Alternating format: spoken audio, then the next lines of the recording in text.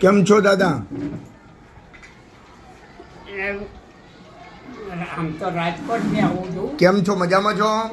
પમદારે મેં સોમવારે ફોન કર્યો તો રાતે, હા તો કે આવજો કે હા. એમ કીધું તું મને. કયું ગામ છે તમારું? આમ તો ગેરેજપુર રહેતો હતો. ગેરેજપુર ક્યાં આગળ આવ્યું? હા, ગેરેજપુર ક્યાં આગળ આવ્યું? બાલાજડી પાસે.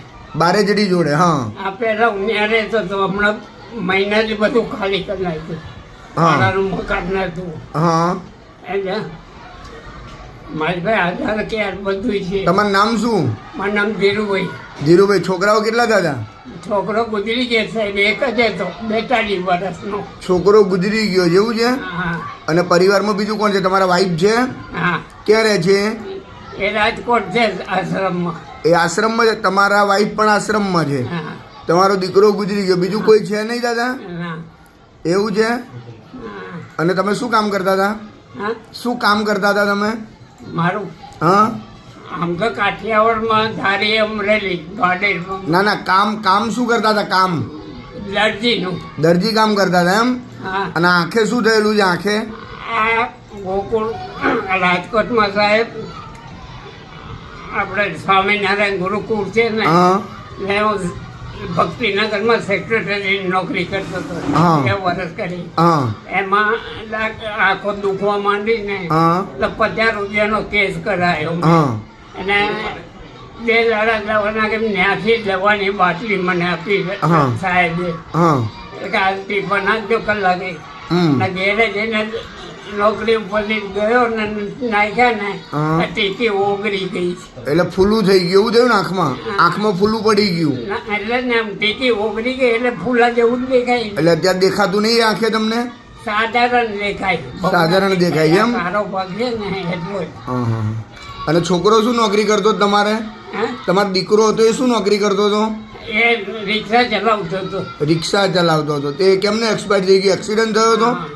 ના, તો હું કામ સિલાઈ કામ કરું. ના ના, તમારો દીકરો એક્સપાયર થઈ ગયો હા. એ કેમ એક્સપાયર થઈ ગયો? એક્સિડન્ટ થયો હતો? ના, તો એ બીમારીમાં મરી ગયો. બીમારીમાં મરી ગયા એમ? એ બીમારી મરી ગયો. અહીંયા રહેવું છે મારી જોડે? હા મારી જોડે રહેવું છે તમારે? હા. અને તમારા વાઈફને પણ અહીંયા લઈ આવો. છોકરીને પૂછવું પડે. રાજકોટ છે છોકરી. તમારી દીકરી છે? હા, ક્યાં રહે છે દીકરી? એ રાજકોટ રહે છે, કાલાવડ રોડ પર. કાલાવાડ રોડ ઉપર રાજકોટમાં રહે છે એવું છે? આ તો વાંધો નહીં. તમારા વાઈફને પણ અહીંયા જોડે લાવી દો, બેઉ જણ જોડે રહો. હોવ. એ ત્યાંથી આવે એ લોકો રજા આપે તો અહીં આવે. અરે રજા છે તો આપણે ગાડી લઈને લઈ આવીશું. હા ભાઈ જો તમારે બેઉને જોડે રહેવું હોય હા. તો આપણે ગાડી લઈને અહીંયાથી લઈ આવીશું. બોલો. હા તો દીકરીને ફોન કરું. હા તો ફોન કરજો હમણાં થોડી વાર રહીને. અત્યારે તમારે અહીંયા રહેવું છે ને હવે? હા સારું સારું હો દાદા, રહેજો અહીંયા. ક્યાં કેટલા વાગે આવ્યા તમે? હા. કેટલા વાગે આવ્યા તમે? હું આવ્યો બાટવા વાડીમાં રાતે 3 વાગે. રાતે 3 વાગે આવ્યા? હા, પછી બસ સ્ટેન્ડમાં બેસી ગયો હતો. અરે. પછી 8 વાગ્યા ને ચા પાણી પી પછી અહીં આવ્યો. તો ભાઈ અહીં આવતું રહેવું જોઈએ ને? 3 વાગે દાદા આવ્યા હતા તો હા 3 વાગે અહીં આવતું રહેવાનું. મને ફોન ના કરે 3 વાગે રાતે? એટલે ભાઈ એ ખબર નહીં સાહેબ, નહીં હેરાન કરવાના. હા? 3 વાગે. હા તો એમાં શું, અમે આખી 24 કલાક આપણું ચાલુ હોય છે. એટલે રાતે 3 વાગે ફોન કરો તો કોઈ વાંધો નથી દાદા. અને અમારા સગાઈ હમણાં કે 1.5-2 મહિના પહેલા અમારા ભાણિયા મૂકી ગયા છે. અહીંયા રહે છે? અહીં કે એને જ મને સરનામું આપ્યું. હા. મને કે ત્યાં જાઉં ને કહેજો કે નહીં મોગરી રહે છે. મોગરી રહે છે એમ ને? હા. ને એક ભાણી મારી બોરસદ રહે છે ને એક મોટી મોગરી રહે છે. હા હા. કઈ વાંધો નહીં, અહીંયા રહો દાદા.